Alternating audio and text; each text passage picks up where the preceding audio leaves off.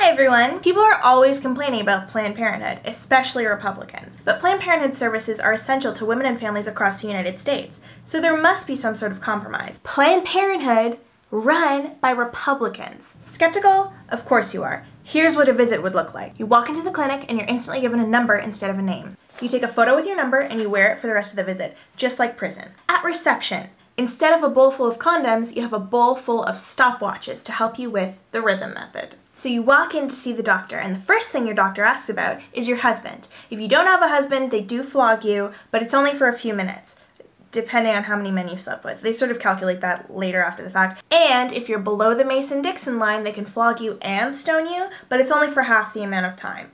Oh, and they get to call you a whore, but it's only while they're flogging and stoning you. And then you get medical treatment. Now, as it stands today in regular Planned Parenthood, over 70% of the services they provide involve contraception or STD testing.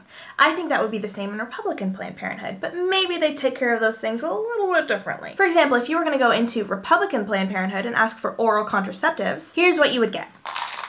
Faith pills. Fill them up. And they're Tic Tacs. They're just Tic Tacs because you can't dose faith. Now, when it comes to STD screening, first of all, more flogging and stoning.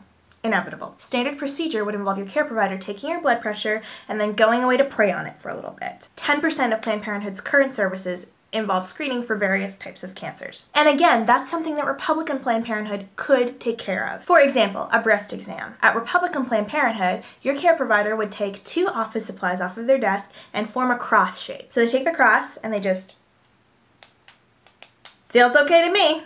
Around this point in the visit, your care provider may give you a gun. Just slip it right on top of the table, and then they'll say something like, keep it hush-hush, or don't tell nobody.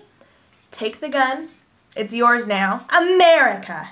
We all know that only 3% of regular Planned Parenthood services involve abortion. When your care provider tells you that you're pregnant, they'll probably give you some sort of baby gift. At Republican Planned Parenthood, this involves giving you a big Bible and a little Bible. At this point, you can ask about abortion, but at Republican Planned Parenthood, they look at the stages of pregnancy like the stages of the cross. If you're past stage 3, Jesus is condemned by Sanhedrin, then you are not a candidate for a Republican abortion. When the stages of the cross system is compared to your actual pregnancy timeline, stage 3 is around a week before you actually have sex. But if you're lucky, your practitioner will give you little furniture to put in your womb to make the fetus comfortable. In summation, free tiny furniture, free Bibles, free gun.